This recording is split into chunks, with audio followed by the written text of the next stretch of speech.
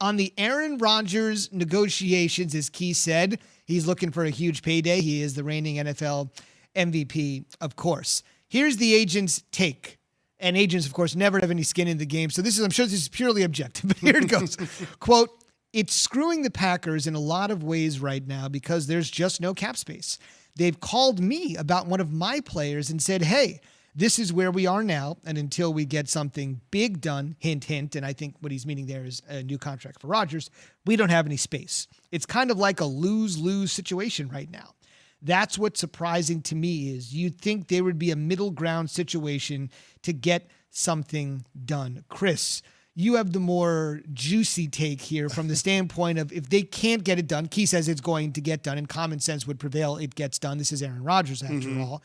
That you can start putting the expiration date on Aaron Rodgers and the Green Bay Packers being together. Well, Zubin, I'm just reading the tea leaves. Last year in the NFL draft, the Packers used a first-round pick on a quarterback to be the successor for Aaron Rodgers. This offseason, they tried to rework Aaron Rodgers' cap number and that bonus that was due to him in March, and they weren't able to come to common ground on that. So I'm just looking at everything that the Packers have been showing me, knowing that Aaron Rodgers is going into the season with no more guaranteed money on his contract. And you got to think, or you got to start to wonder, at what point do the Green Bay Packers start to seriously consider moving on from Aaron Rodgers and going with the young guy, Jordan Love? I mean, at some point, that is going to happen. Aaron Rodgers is not going to play for the Green Bay Packers forever. And so I feel like this is Mark Murphy and Brian Gutekunst, their general manager.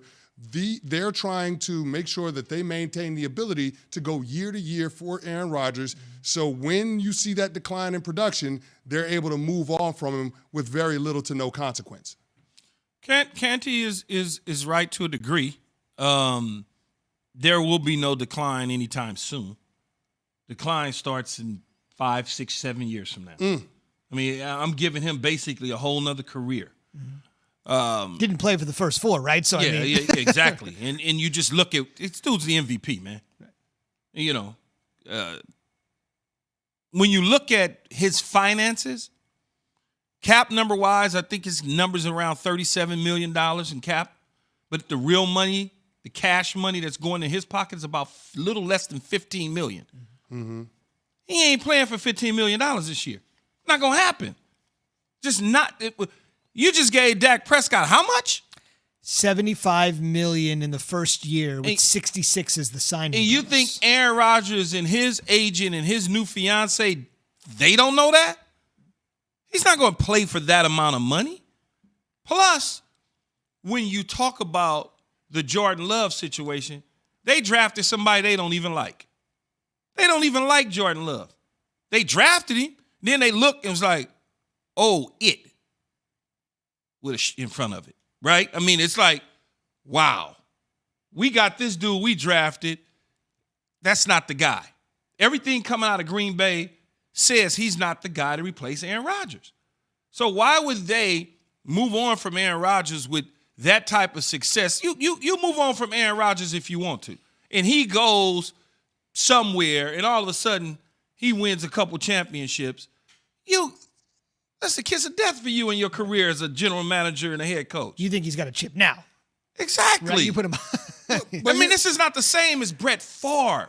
I know a lot of people want to compare because they drafted Aaron Rodgers and then Brett Favre and then and now Jordan Love. It's not the same. Why is it different? Because one, Favre was at the end, basically, at the time that they moved on from him. He was at the end. And he was kind of 1 foot in, 1 foot out. Yeah, he had a great run in Minnesota that took them to the NFC Championship game, right? I mean, he did, but that was that 1 year, and then all of a sudden, it was pretty much over with. But he had 1 foot, I don't know what I want to do 1 week. I think I'm going to play the next. I don't know. I got to talk to my family the next. So when you're doing that, the team said, you know what, man, never mind. We're going to move on. We got a guy that we like and we trust and we believe in, and Aaron Rodgers proved that. But it all boils down to the money, though, Canty. You know, as an NFL guy, he's not going to play for less than $15 million. It's just not. Yeah, his base salary is $14.7 million. Yeah, and then people, he gets some incentives up to 20.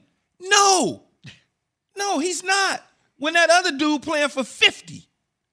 Yeah, it doesn't make sense, Key, especially with him coming off of an MVP caliber season. Exactly. But at the same time, you feel like if they were going to get a deal done this offseason, it probably would have better served the organization and the team if they got it done before the start of But free agency. So you have more flexibility with your cap to be able to add some pieces that's not what to they help do. to help your quarterback compete at the highest But level. that's just not I understand that's Green not. Bay. I understand that's not what they do historically.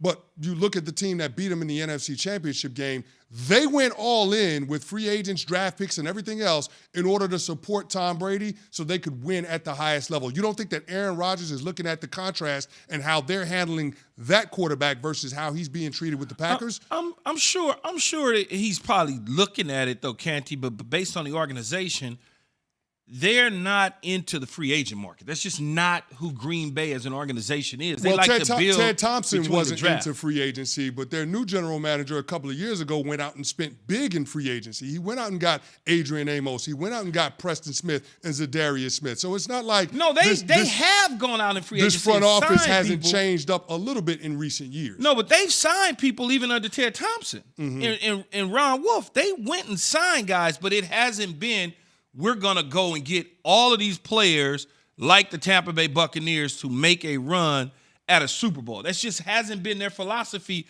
as long as I've known. Yeah, they signed Reggie White many years ago. That was a cornerstone for Ron Wolf. Then eventually they went and got a Charles Woodson and won Super Bowl. But it's just not something that they do every single year. It's almost like the New England Patriots. New England did it this year because they had to. Right. But that's just not with certain programs, their philosophy and organizations just don't do it. And I respect what the Green Bay Packers have done with their program because they're consistently competitive. But, I mean, if you're ever going to go all in on Aaron Rodgers, isn't this the time to do it? I mean, isn't this the time to do it? I mean, you drafted his successor last year in the first round. It feels like you know the end is closer than a lot of other people outside the organization Man, they better pay that man. believe it is. So my point is this. Why not go all in with him this year? Why not try to get a deal done and convert some of that base salary into signing bonus so you have cap flexibility? To me, that would be something that they should have done earlier this offseason. Again, because if they're going to address the contract, it doesn't serve them to do it on the eve of the regular season kicking off. It would have been better served had they done it early March. But they want to sign their own guys that they need to sign. They're gonna redo Aaron Rodgers, and Aaron Rodgers' deal is probably hard to do. I mean, it's easy to do, but at the same time, it's hard to do because there's so much money that you got to give him on the guaranteed side. The years matter, all of those sort of things. Plus, you got to look at other players that's coming up 2 and 3 years from now. If you commit a certain amount of dollars to Aaron Rodgers today, how does that affect you 2 years from now when there's Devontae Adams that you've got to now address and say, well, if I'm giving Aaron Rodgers this, we've got to factor in Devontae Adams is going to want that, or somebody else on the offensive line is going to want this and this guy. So they got a lot of work ahead of them. But I honestly, as I said, doing last season, that Aaron Rodgers will have a deal done at the beginning. By the time they start the season, he'll have a new contract. Let me ask you this, Chris, because you kind of brought up the new regime in Green Bay. So the new general manager, Brian Gutekunst, who's been there for a couple of years. Obviously, they have a new head coach in Matt LaFleur. How much of this could just simply be, and I agree with Key, I mean, he's got great football left. He's got a chip on his shoulder. He's arguably coming off the best regular season of his career at this advanced age, quote-unquote advanced age. But how much of it is just simply the Packers doing to Aaron Rodgers what, in a sense, they did to Brett Favre, which is to say, just a reminder who the hammer and the nail in this relationship is. As great as you are, as great as number 4 was, and as great as number 12 is, there will be a day where somebody else is going to walk into Lambeau and they'll have the next quarterback's jersey on. And by the way, when you're gone, we'll still be here, meaning the Packers will still be here. How much of this is just organizationally saying, I understand a great quarterback is almost bigger than the franchise, especially in today's NFL, but how much of this is simply the Packers saying, hold on a second. We did it with Brett Favre. It worked out okay because we got you, and we will do it to you because we know it worked once. It can work again. Just a reminder, we sign your checks. We're the organization. You're the quarterback. Is there a message there? No, I don't think it's as much about the Green Bay Packers trying to send a message to Aaron Rodgers as it is about the organization not wanting to be stuck holding a bag with the quarterback that can't play up to the level that his contract, his pay scale would suggest. The Green Bay Packers don't want to be in the same situation the Pittsburgh Steelers are in right now when they're paying Ben Roethlisberger a lot of money and they're not getting that kind of production. They want to make sure that they have a